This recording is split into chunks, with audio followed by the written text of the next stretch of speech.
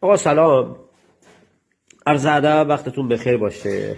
عرض بود که این یه مبدل پکیج بوتانه.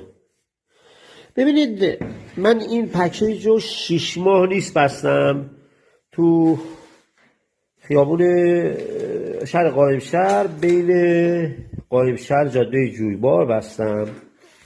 ببینید دستگاه تصفیه آبم گذاشتم تو این خونه. حالا من تصفیه آبش هم نشونتون میدم، پکیجم نشونتون میدم، هم پکیج نوعه هم دستگاه تصفیه آب بسیار عالی بستم.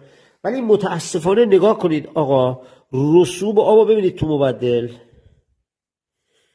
نمیدونم قشنگ الان پیداست داخلش دیگه. ببینید قشنگ اصلا انگار کیپه این قضیه توش. آقا رضا با یه گوشی نور بیار بی زحمت. آقا رضا با یه گوشی نور بنداز توی این موبایل سولاخه که آب رفت آمد میکنه پایینیه.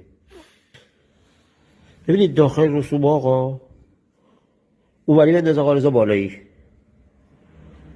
ببینید کیپه. حالا من تمیز شدهش اینو تمیز میکنم با بیسکلر، تمیز شدهش هم نشون میدم، بعد پکیج رو با فیلترم نشون میدم تا ببینید که وضع آب چجوریه با اینی که ما فیلتر بستیم. در خدمتتون هستم.